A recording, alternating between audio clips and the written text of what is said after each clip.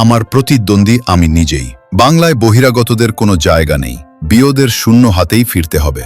শুক্রবার ভোট প্রচারে বেরিয়ে কার্যত এমনটাই জানালেন রাজ্যের দমকল মন্ত্রী তথা বিধাননগরের তৃণমূলের প্রার্থী সুজিত বোস।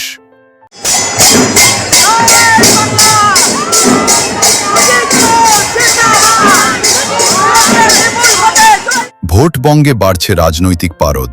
নিত্যদিন জনসভা সমাবেশ থেকে একে অপরের বিরুদ্ধে নিশানা শানাচ্ছে রাজ্যের শাসক ও বিরোধী উভয় পক্ষই। টানা 4 বারের পরে জয়ের লক্ষ্যে জনতার সমর্থন নিতে বিরাট রোড শো আয়োজন করা হয়। দক্ষিণ দমদম পৌরসভার 30 নম্বর ওয়ার্ড তৃণমূল কংগ্রেসের উদ্যোগে লেকটাউন মোড় থেকে ঢাক শ্রীখোল সহযোগে এক বিশাল মিছিলের সূচনা করেন তিনি। মিছিলে বিশেষভাবে অংশ নেন পুরুষ ও মহিলা কর্মী সমর্থক। রাজ্যের উন্নয়নকে সামনে রেখে জনতার উদ্দেশ্যে ভোট প্রার্থনা করেন প্রার্থী সুজিত বোস।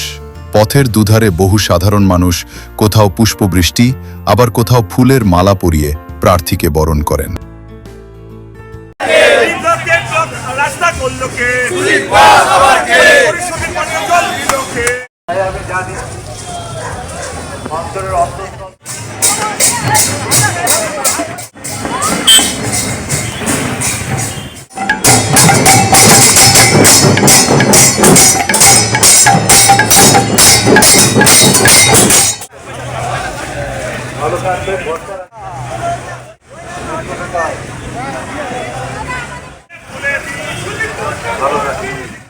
যা মানুষের প্রয়োজন সোনার বাংলার সোনার ছেলে সুজিত বোস জিন্দাবাদ। আরে লেকটাউন বলছে সুজিত বোস জিতছে, সুজিত বোস জিতছে।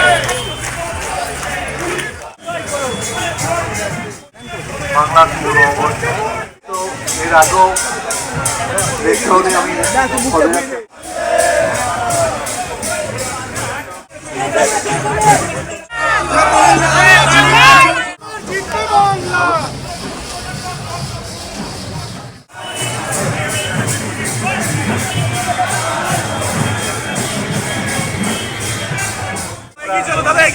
লেকটাউনে একটা সুন্দর বাজার তৈরি করে দিয়েছি।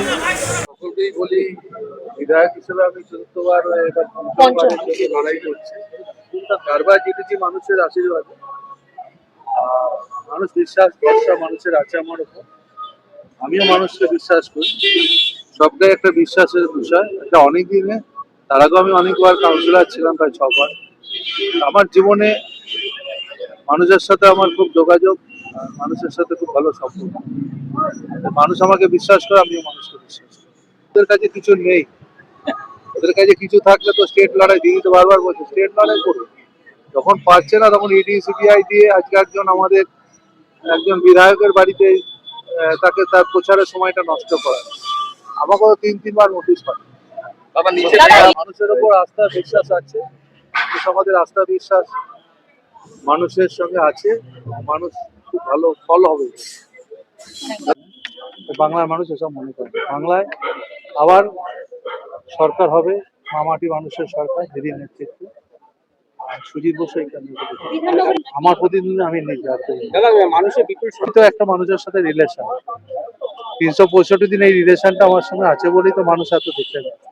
বহিরাগতদের কেউই পছন্দ করে না। যারা দিল্লি থেকে এসে হাওয়াও করে চিৎকার করছে, তারা শূন্য নিয়ে বাড়ি চলে যাবে।